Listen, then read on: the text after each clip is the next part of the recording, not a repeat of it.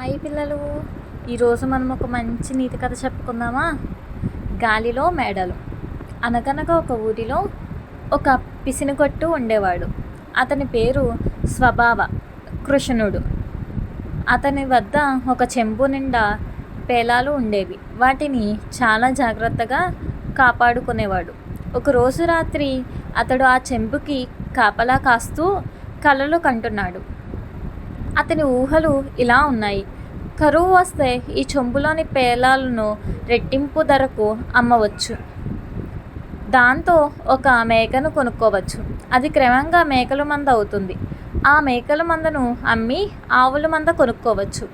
తరువాత ఆ ఆవుల మందను అమ్మి మేలజాతి గుర్రాలను కొనుక్కోవచ్చు. ఒక మేడ కట్టుకోవచ్చు. ఈలోగా ఒక అందమైన అమ్మాయి పెళ్లి చేసుకోవచ్చు. చక్కని బిడ్డకు తండ్రి కావచ్చు. బిడ్డ ఏడుస్తుంటే పట్టించుకొని తల్లిని జాడించి ఒక తనవచ్చు. తన్నుకుంటూ అరికలు గట్టిగా జాడించవచ్చు. కాలు కాస్త చెంబుకు తగిలి చెంబులోని పేలాలు మట్టి పాలైపోయాయి. పిసినగొట్టు కుయ్యా మొర్రో అని దుఃఖించాడు. కాబట్టి గాలిలో మేడలు కట్టాలంటే కార్యాచరణకు దిగడం ఉత్తమం. Like and subscribe.